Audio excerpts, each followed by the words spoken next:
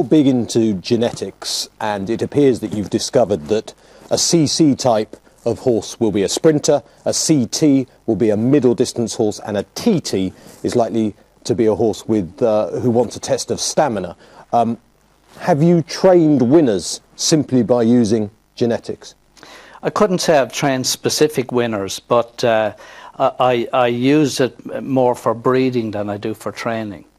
And the CC type, you'd be more correct to call it sprinter miler.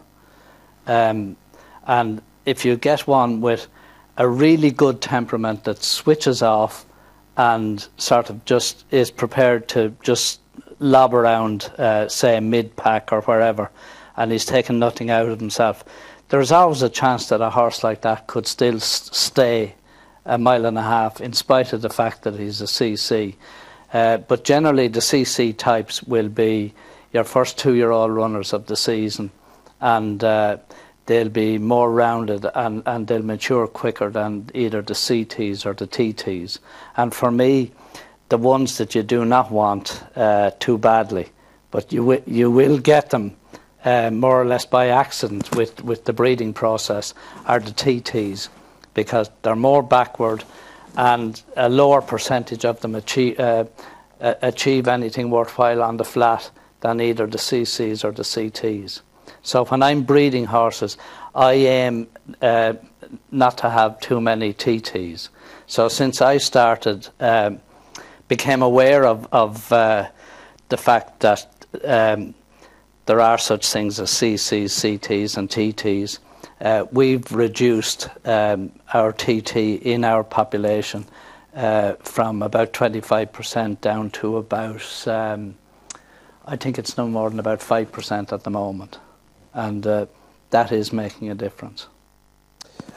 As I've already said, you're not just a trainer, but you're now an owner-breeder trainer, and there aren't many of those in the business at your level. But it hasn't always been simply a success. Anyone who was born into racing now or growing up now would just think Bolger, I mean, a magician. But you were very much into Last Tycoon in the early days, and that didn't work at all, did it, really? Well, that'll always happen. I mean, hopefully, in my case, not too often, but there are times when a breeder or an owner will take a view on a stallion and not get it right, and in that case I didn't get it right. What made you love Galileo so much, other than the fact obviously he was a brilliant horse, or was it a certain amount of luck? No, the first day I saw him at Leopardstown I was really impressed with him. As a 2-year-old, I think he probably won by 6 or 8 lengths on the bridle. And then to see his performances as a 3-year-old. And I used to meet Michael Kinane, you know, fairly regularly, either at the races or in Kevin and Una's house. And you know, Kevin Manning, who's stable jockeying, and Una, who's your daughter. Yeah. And I quizzed Michael on the horses that he was riding. You know, trying to figure out what I might use when they'd go to stud. And I'd say of all the horses in Ballydoyle, he was the horse that he was most keen on. And I loved the horse myself, so I thought between the two of us I wouldn't be wrong. So it appeared first that in his first year, I think the only half-decent horse he had in the first crop was Heliostatic that I had. And he was a little bit difficult and temperamental. But I felt that if I could breed one with a good temperament, that I'd probably have a good racehorse. So it began to happen then after that. I got Teofilo and Soldier of Fortune. Actually, both of those were reared together. So, you know, I felt when they were yearlings, they always looked the part. But being as poor as I am, when John Magner came looking, I sold Soldier of Fortune. But I got a good price for him, and I had no regrets about it. And it is Finch Gale Bio who hits the front. Now on the outside, Dementicata putting in a late surge. It's Finch Gale Bio in front. Dementicata towards the near side, but running up towards the line. She's got it to its side. Finch Gale Bio is another one to complete the Guineas double. Beats Dementicata, beeping forward. Finch Gale Bio adds the Irish 1,000 guineas to a victory at Newmarket. And Alexander Goldrun and Kevin Manning a last to first. Brilliant win for Alexander Goldrun. digging in. Lush is seeing it out stronger on the run to the line, and another big race for Jim Bolger. Lush is stretching away to win the coronation, and a famous double on the day for Kevin Manning.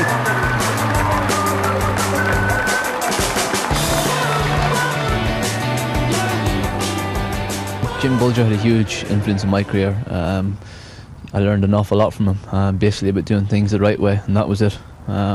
You only did them the wrong way once, that was for sure with Jim. He was very much a perfectionist in everything he did, and it was a great place to learn. You know, I learned an awful lot about race riding, about conducting myself, about talking to people, about being tidy, and lots of things.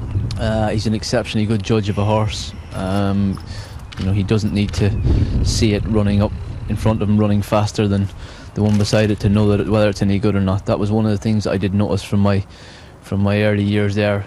He was able to tell me that one 2-year-old was better than another when I was riding the both of them for 6 months. I thoroughly enjoyed it up there.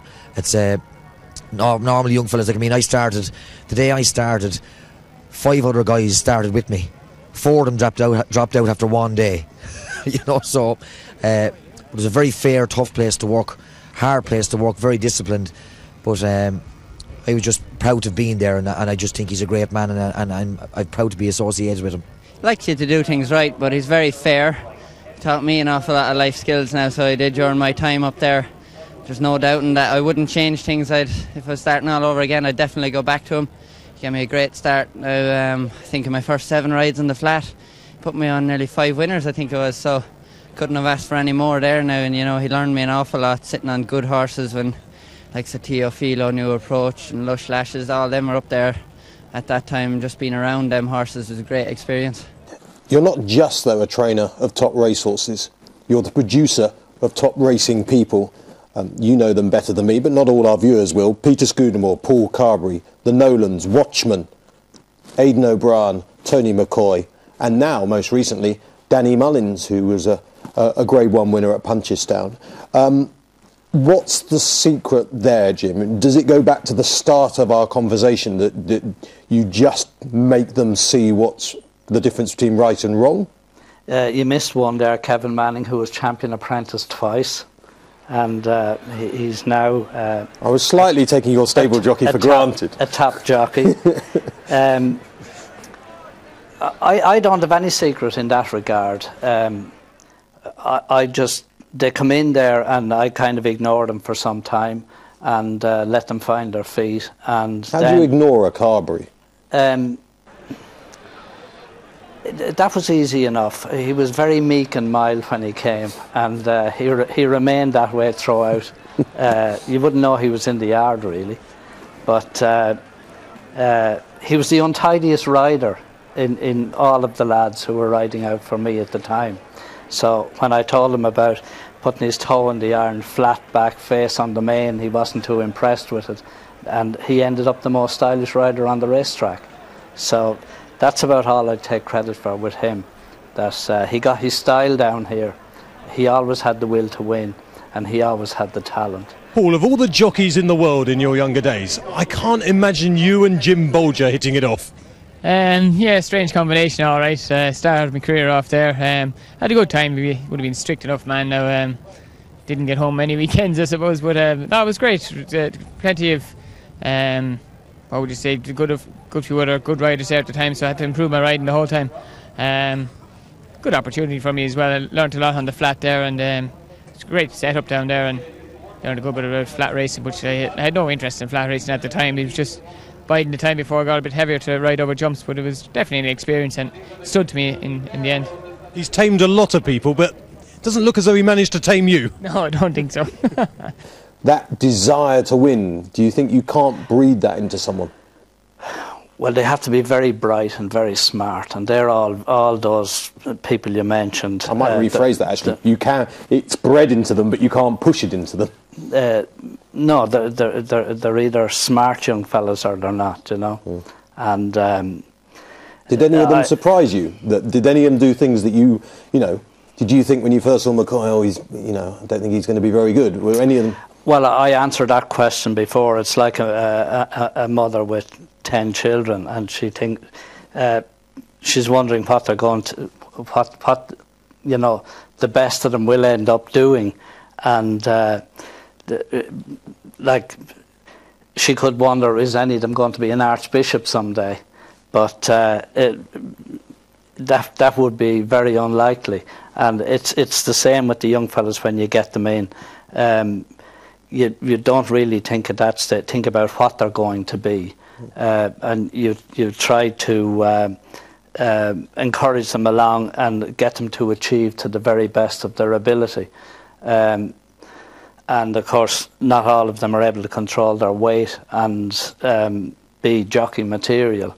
But the ones that are, they have to be, you know, pretty bright, be able to make quick decisions, have the talent and the balance and everything that goes with making a top jockey. So they have to have all that. And I don't think no trainer can do a lot about that, but then he can give them the opportunities. And you know, when they're ready for the opportunities, that's when, if the homework has been done, and when they get a chance that they can achieve then you know, fairly quickly. But having said that, Pat Edry, I think, had 80 rides before he rode a winner, and he didn't end up too badly. Yep. So sometimes it's something that they can learn as they go along, but he would always have had that bit of brightness and smartness about him, and probably just wasn't put on the right horses to get his first winner. But he fairly made up for it afterwards.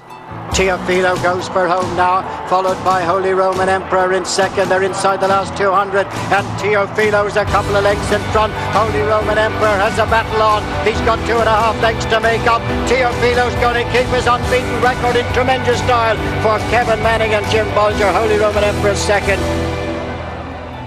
At the time when Teofilo was injured, because of course he was unbeaten 2-year-old, but then favourite for the 2000 Guineas, never made the track, has now become already a very useful stallion in his own right. But when he got injured, are you the kind of man who would have, you know, walked around the house in a strop and just absolutely in bits over that?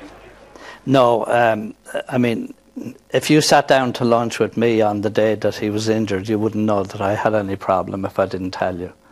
So that wouldn't upset me too much. These things happen. As long as you have horses, you'll have problems. And you know, 35 years is a long time to be doing anything. So if I can't cope with that sort of thing after 35 years, maybe I should try and retrain as a chef or whatever. It has been quite a long time, and that means, of course, you've had good winners, and lots of them going back a long way. I mean, I remember horses like Erin's Isle when I was growing up was one of my favourite horses, although probably not the best you've ever trained. But if you could give us a quick flavour of the horses you've got the most pleasure out of, from the likes of Jet Ski Lady, who was brilliant. What are the ones you love the most that you've trained? Well, obviously the very early ones that won the big races. I got great satisfaction out of them, and I would have been riding them out myself as well at the time, and I'd be that bit closer to them than I would be nowadays. But Condessa was a big one, because the man who owned her came to me some years after I first met him. I bought a house from him, so he was a builder, and he came back to me about 15 years later, and he said to me that he was thinking of retiring, and could I buy him a horse. So I asked him, did he want a flat one or a jumper, and he said, I'll leave that to you. So I bought Condessa for 13,000, and she won a couple of races as a 2-year-old, including a big nursery at Goldrun Park, or at least it was a big nursery then. Seems to have fallen by the wayside now. It was known as the Waterford Glass. And the following year then she won a handicap in Clonmel. It was the only place I could get her run into her before the Lingfield Oaks trial. And she went to Lingfield. I think she finished second there, but when we were over there we said we might as well get value for the flight, and we went up to York about 4 days later, and she beat Glass Slipper in the Musidora. So I mean that was a huge day. like we'd beaten the 1,000 guineas winner, trained by Henry Cecil, and I had bought her as well for, as I said, for 13,000. And then we went back to York with her later in the year, and she won the Yorkshire Oaks.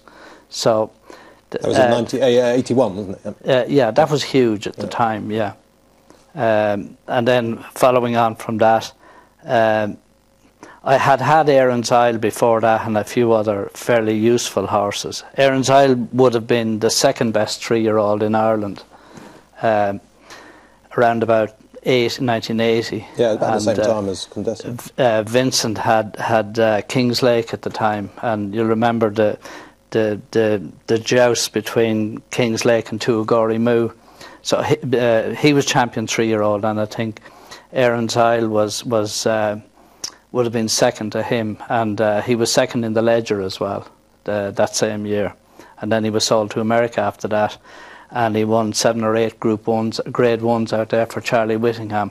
And then years later, when the Americans weren't using him at stud, I bought him back for $30,000, and he has left me the dam of Soldier of Fortune and 1 or 2 others that mares by him that I still have, because he was the busted line.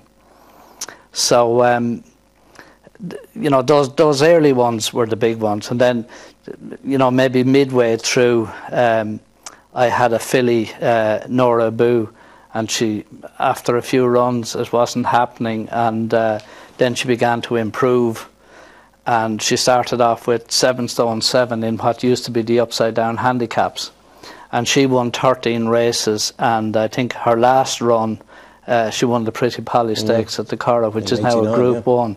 So she went all the way from 7 stone 7 in the lowest handicap that you could find to winning a group, what is now a Group 1. It was a Group 2 at that time. But unfortunately, she was a disastrous broodmare, but these things happen. So she would have been a real favourite. And there had been B. Parajojo then, of course, in the early days. She won 5 or 6 flat races for me, and she was the champion 3-year-old hurdler in Ireland, and she won what was then the Papermate Hurdle at Liverpool. That was my first big winner away, and she won. She'd been second in the Victor Ludorum, and she won the Papermate Hurdle at Liverpool, and I think she still holds the track record for 2 miles there, or she did up to a few years ago anyway. And there have been so many great, Saint-Javit, Park Express. I mean, Saint-Javit, when he was on his day, he was as good as anything probably you've ever had. Yeah, well, all he needed on his day was fast ground and going right-handed. And I think he was unbeatable doing that. And now since the international handicaps have been revised and they have him in his proper place, I think he's the 7th or 8th top horse in the list. Up there, not far away from Seabird and Rebo and all those sort of horses. So I always felt that he was the best Irish Derby winner of all time. Even put on a better show than even Nijinsky. So, and that's where he's rated now, and I think that's where he fits. He was never out of a canter winning the King George. And the horse he beat won the Japan Cup and came back and won the King George the following year. So, it was a really top performance.